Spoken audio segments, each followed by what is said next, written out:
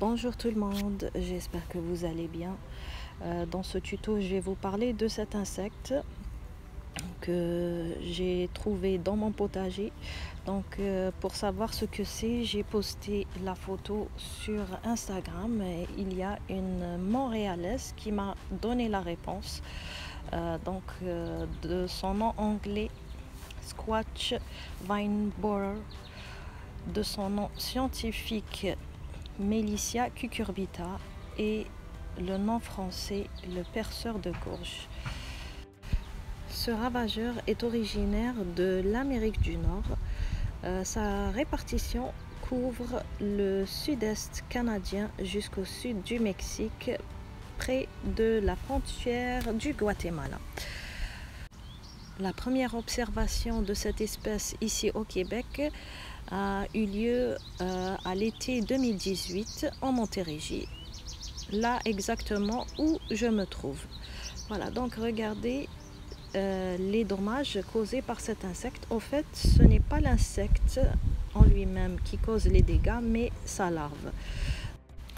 En fait, l'insecte adulte ne cause pas de dommages. Il se nourrit de nectar de fleurs de courge ou de courgettes, mais la larve, pour se nourrir, elle fait des trous dans la tige de la feuille et commence par se nourrir des tissus vasculaires, ce qui va nuire au circulement du flux de la sève vers les fruits, ce qui peut réduire le rendement de vos courges et courgettes de 4 à 25%. Et comment savoir si nos courges et courgettes sont atteintes? On va observer les feuilles au milieu de la journée. On va voir qu'elles sont flétries et ça va être permanent. Voilà à quoi ressemble une larve de perceur de courge. Elle est blanche avec une tête noire. Voilà, il y a de la pourriture tout autour.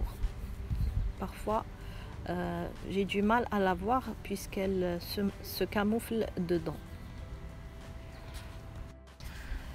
Bien sûr, dès que j'ai appris tout cela, j'ai pris le soin d'arracher toutes les feuilles atteintes.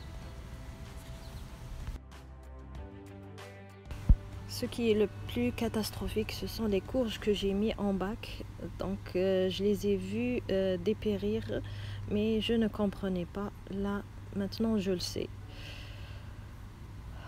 Voilà, j'aurais pu avoir une meilleure production en bac.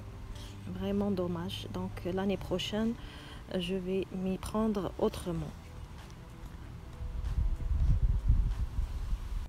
Pour les adultes, voilà ce que j'ai acheté.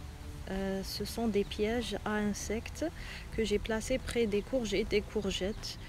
Mais bon, c'est un peu tard pour la saison. L'année prochaine, je vais m'y prendre un peu plus tôt, au mois de mai. À la fin de saison, je vais jeter tous mes pieds de courges et de courgettes. Je ne vais rien composter justement pour éviter d'avoir cette larve qui hiberne dans mon sol. Voilà, j'espère que vous avez aimé ce tuto. Quant à moi, je vous dis bon jardinage et à bientôt. Ciao, ciao!